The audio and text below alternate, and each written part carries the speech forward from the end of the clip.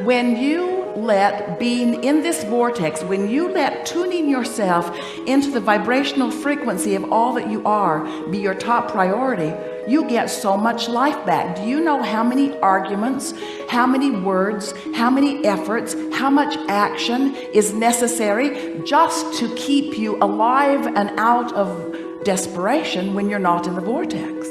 In other words, it's a big effort to live this life when you're counting on your words and your action and your effort to make it happen.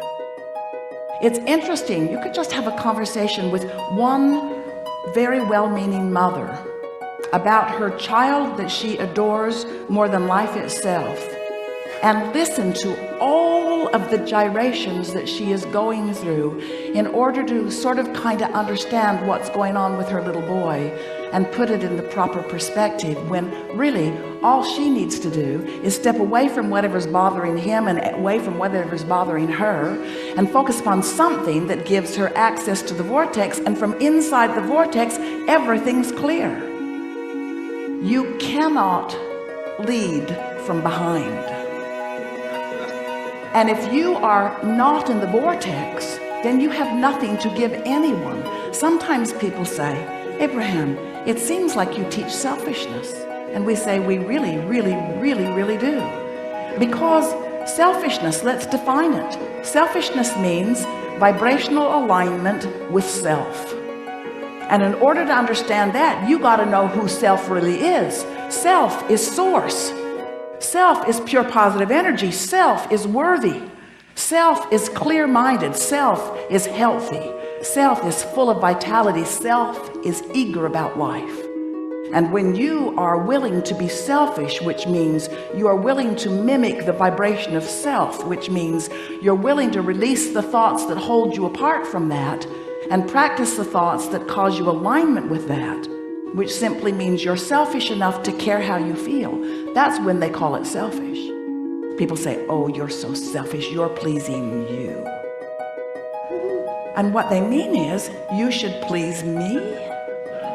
You're selfish because you please you, and I'm not selfish because I think you should please me instead of you. And every time it matters to you to please them instead of you, oh, it's such short-term gain, such short-term gain. Because when you care about how someone else feels or how they are responding to you, so you behave in order to affect their response to you, you do them a very big disservice, because you teach them that through action and demand or cajole or control or power, that they can wrestle their life to the ground. And there's hardly going to be anybody as cooperative as you. Think about it. Have you ever had someone who was so cooperative they'd just do anything for you, and then they were the only one who would behave that way? So you just had that one friend. Often it was your mother. You weren't really ready for the world, were you? But when you show yourself that you have the power to come into alignment, not just with who you were before you were born, but with all that you've become ever since, not just with you and all you've become, but with source itself. When you show yourself that by being selfish, which means by reaching for the best feeling thought you can find on whatever subject is active, when you care about being in the vortex, you care about being in concert with the energy that creates worlds. And one who's in the vortex, one who's in alignment with that energy, is more powerful than millions who are not. It's such an interesting thing to watch what goes on in your planet, because you are so good at step one. Most of you have made such a career out of step one. You sift through the data, and you know what you don't want, and you know what you do want, and you know what you don't want, and you know what you do want, and you know what you don't want, and you know what you do want, and you know what you don't want, and you know what you do want, and you know what you don't want, and you know what you do want. And source is over here, knowing what you want, being what you want, sending out a signal of what you want. Law of attraction's over here, gathering what you want, gathering what you want, gathering what you want, gathering what you want. You're over here. That's creating by default. That's going where the wind blows.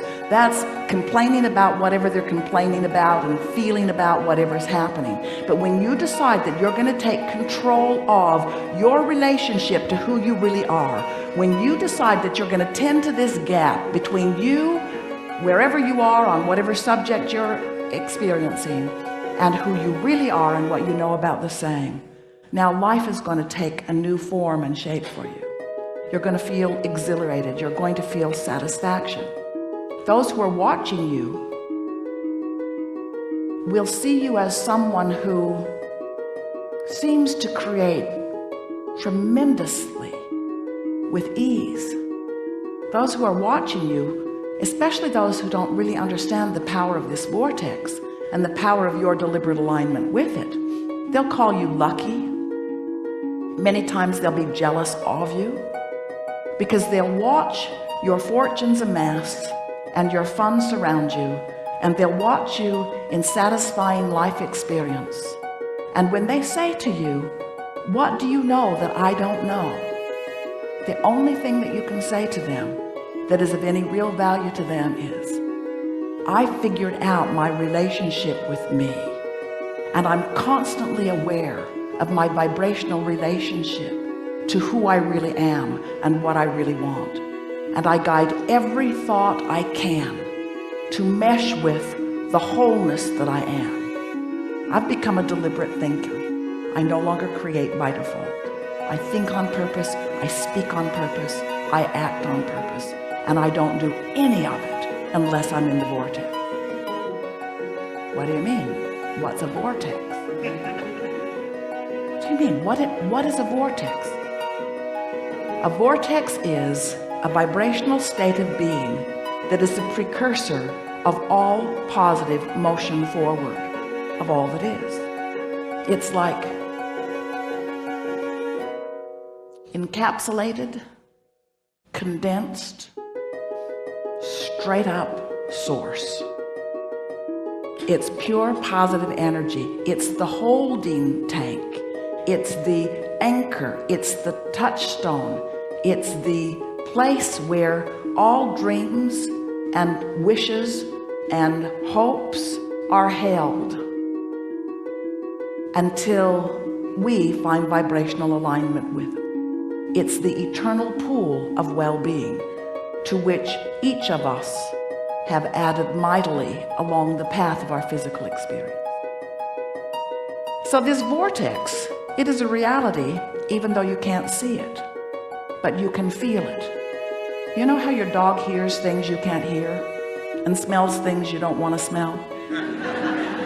Because your dog has more acute sensitivity to sound than you do. Sound is just vibration, and hearing is just translating it. Smelling is just translating vibration. This vortex is something that while you can't see it, and while you may not be able to hear it, when you get in the vicinity of it, you can feel the deliciousness of it.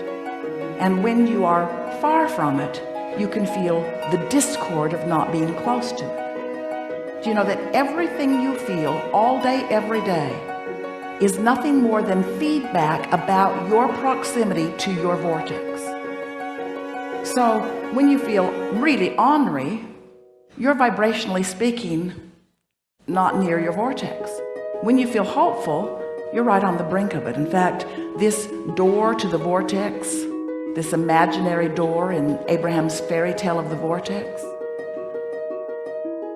this vibrational entry point is somewhere between hope and belief.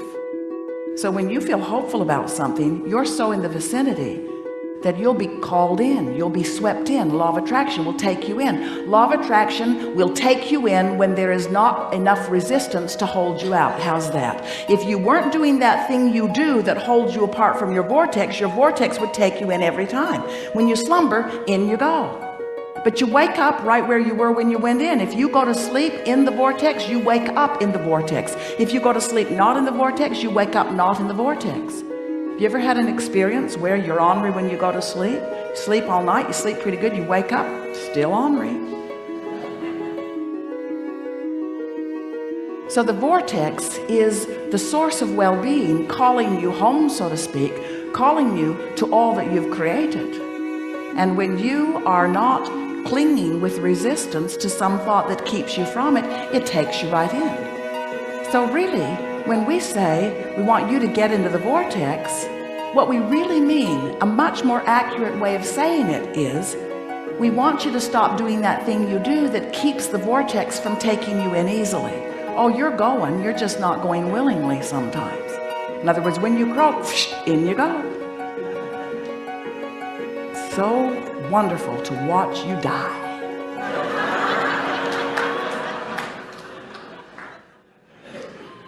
Moving immediately into all that you have become, all that you've asked for.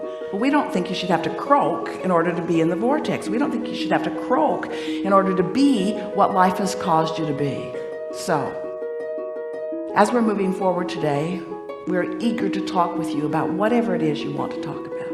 And it is our desire to help you to find a vibrational stance, which means a mental approach, which means an attitude about whatever it is that you've got going on.